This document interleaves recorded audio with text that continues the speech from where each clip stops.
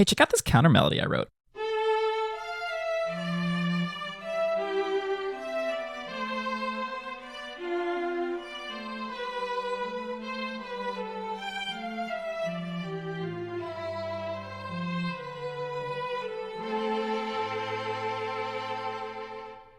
Hey, it's Avi. Welcome back to May Melody Badness, where I'm celebrating the release of my course, the Melody Mastery Mini Course. More on that at the end of the video. Today, I want to show you how I wrote this counter melody here. Now, a counter melody is any type of secondary melodic line that's happening, usually in harmony with the primary melodic line. So yes, there's harmony involved, but the hallmark of a counter melody is the fact that it is in itself a very melodic and musical line to play. Let's listen to just the cello. Listen to just how melodic and pretty it is, all just on its own.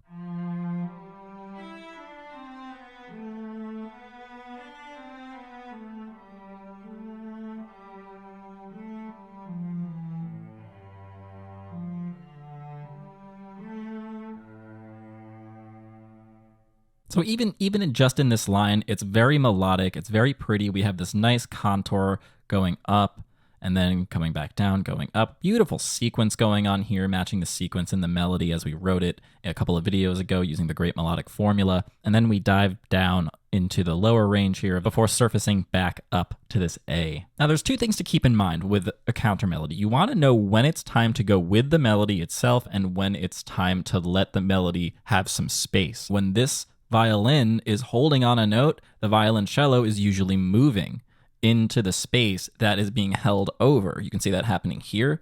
Violin, holding on the note.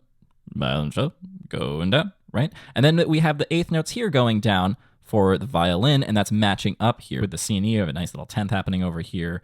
B to D, another 10th, just parallel 10ths, parallel thirds going down. Really leaning on these sweet consonances. That makes this type of music, this type of counterpoint just sound so beautiful. Now, when we have two lines intermingling like this, we have two things that we could really call a melody. That's a really specific musical texture called polyphony. And it's what gives a lot of music from Bach and from the Baroque period its sort of classic sound. So let's listen to this one more time, and as we're listening, listen for the polyphonic texture. Listen for the independence and the intermingling in harmony of these two lines.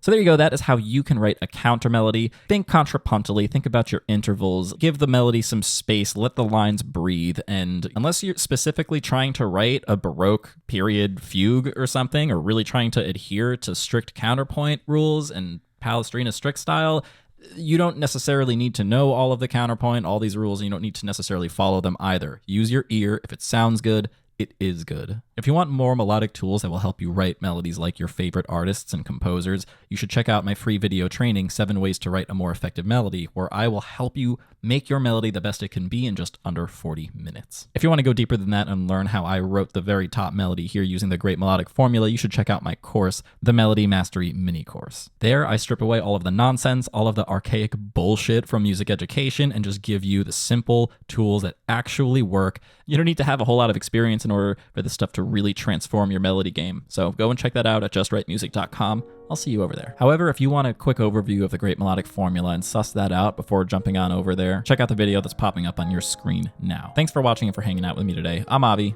Don't forget to be awesome.